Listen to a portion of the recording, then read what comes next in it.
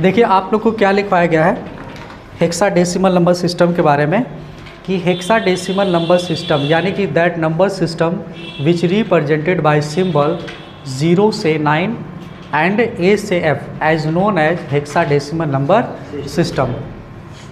यानी कि hexadecimal number system वह नंबर सिस्टम होता है हमारे कंप्यूटर में जो 0 से लेकर 9 और A से लेकर F तक के सिंबल को क्या करता है, प्रस्तुत करता है कंप्यूटर में। वही क्या कहलाता है, हेक्साडेसिमल नंबर सिस्टम कहलाता है।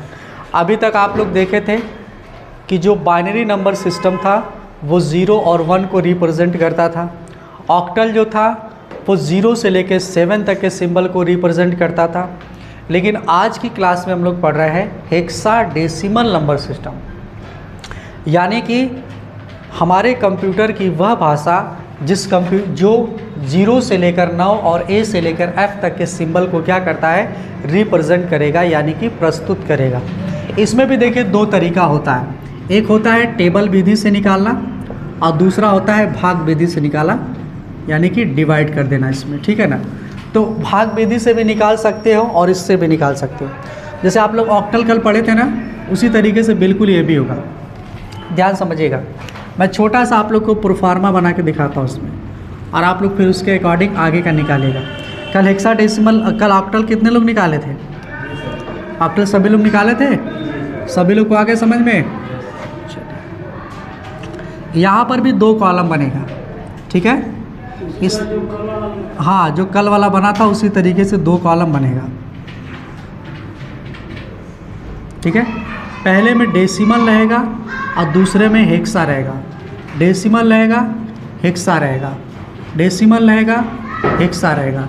फिर हम थोड़ा सा इसको बढ़ा देते हैं, डेसिमल रहेगा और फिर हेक्सा रहेगा। क्योंकि पहले दिन क्लास में हम लोगों ने डेसिमल से बाइनरी निकालना पड़े, अगले दिन की क्लास हमने डेसिमल से ऑक्टल निकालना पड़े, आज हम पढ़ेंगे डेसिमल से हेक्सा निकालना, ठीक है ना। हेक्सा कैसे निकालते हैं, तो पहले ध्यान दीजिएगा कि डेसिमल पहले हम 0 से लेकर 10 तक लिख लेते हैं या 9 तक, जो भी आपको समझना है, क्योंकि ये बहुत आसान है। डेसिमल 0 1 2 3 4 5 6 7 8 9 और 10, ठीक है। अब हेक्सा कहाँ से कहाँ तक लिखना है, 0 से लेकर 9 और A से लेकर F तक लिखना है। तो लिखेंगे 0 1 2 3 4 5 6 7 8 9, सही है। हमने 10 की जगह पर A क्यों लिखा, क्योंकि 0 से लेकर 9 और फिर A से लेकर F तक लिखना हमको। तो हमने 9 तक नंबर लिखने के बाद डायरेक्ट क्या लिख दिया, A।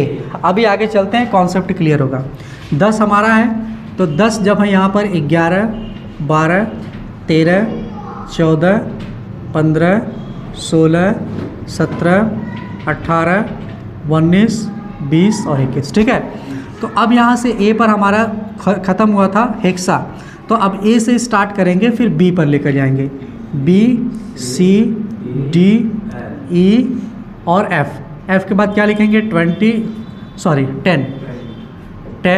11 12 13 14 15 21 है, 22 23 24 25 26 27 28 29 30 31। नहीं, डेसिमल है, डेसिमल में तो हम क्लियर रहे। 15 है, 16 17 18 19, अब आ जाएगा 1A, क्योंकि एक बार जब A आ जाएगा तो उसके बाद जब दोबारा आएगा तो 1A, फिर 2A, फिर 3A, 4A, ऐसे करके बढ़ता जाएगा। अभी देखिए 1B 1C 1D 1E 1F और क्या हो जाएगा फिर 90 के बाद 20। अब देखिए मैं 4 चीज़ आपको क्लियर करता हूँ। पहले यहाँ पर जो 10 आया उसको क्लियर मैं करता हूँ, और दूसरा 1A कहाँ से आया इसको क्लियर करता हूँ, तीसरा 20 कहाँ से आया। क्योंकि जहाँ जहाँ पर हमने वर्ड को और अल्फ़ाबेट को रोका है वहाँ पर हमको क्लियर करना पड़ेगा। पहले हम 16 का हेक्सा निकालते हैं, तो 16 का हेक्सा निकालने के लिए हम यहाँ पे 16 लिखते हैं, और भाग कितने से देंगे, क्योंकि hexadecimal number system is divided by 16। Hexadecimal number 16 को 16 से डिवाइड करेंगे तो 16 करने शेष कितना बचा, तो हमारा आंसर आया 10। तो यहाँ पर देखिए 16 का 10 आया है। अब आते हैं 1A कैसे आया, ठीक है। 26 हमारा डेसिमल है, तो 26 हमारा डेसिमल है तो 26 ले लिया, 16 से भाग देंगे। जब हम 16 से भाग देंगे तो 2 बार में भाग नहीं जाएगी, भाग कितनी बार बजाएगी, 1 बार। तो हम जब भाग देंगे 16 एकन्ने 16, 4 20 6 26, तो 6 और 4 मिला दोगे कितना हो जाएगा, 16 4 20 हो गया। तो 20 में का 16 4 20 और 16 करने 16, तो 16 4 20, 4 इधर का 26 का 6, तो 6 + 4 बराबर 10 हो गया। तो हम यहाँ पर देखेंगे कि 10 के सामने क्या आया है, और हमारा यहाँ पर कैरी क्या बचा था, आया कि नहीं समझ में। 10 हमारा जो कैरी बचा था इधर का, उस 10 को मिलाकर हमने देख लिया कि 10 डेसिमल के सामने ए था हमारा, और हमारा ये 1 बचा था 16 करने 16 वाला, इस 1 को यहाँ पर उतार दिए, 10 के सामने ए था, तो हमारा आंसर क्या आया। अब 20 की, तो 20 तो आसान है, 16 दूना 32 से 0। अब हम देखते हैं कि सर ID मतलब 1D कैसे आया।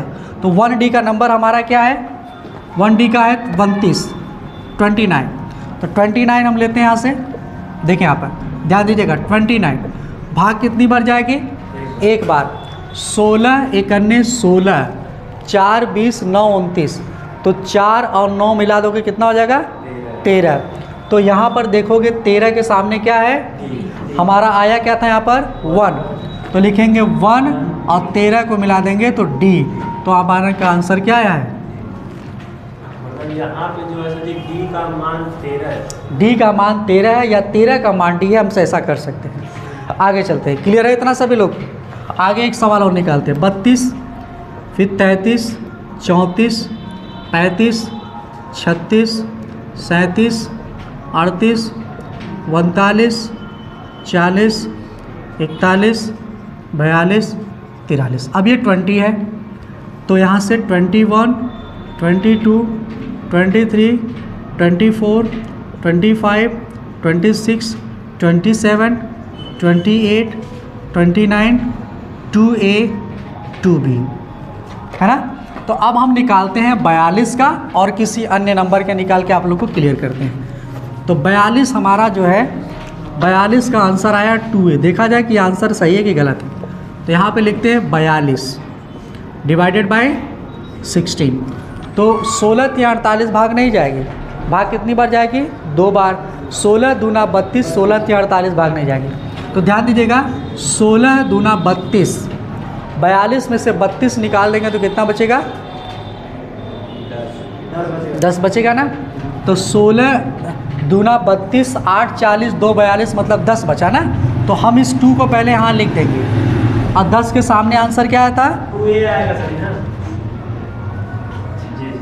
आंसर क्या है, सही है। इसमें से किसी भी संख्याओं का आप कहेंगे तो निकाला जा सकता है। 13 का D, ये तो मान लीजिए अल्फ़ाबेट है। 24 का हमें निकालना है, 24 का 18, तो 24 का 18 आया कि नहीं आया। तो 16 एकन्ने 16, 4 20 4 20 और 4 24, है ना। तो 4 4 8, तो 18 हमारा आंसर क्या है, सही है। क्लियर हुआ सभी लोग को।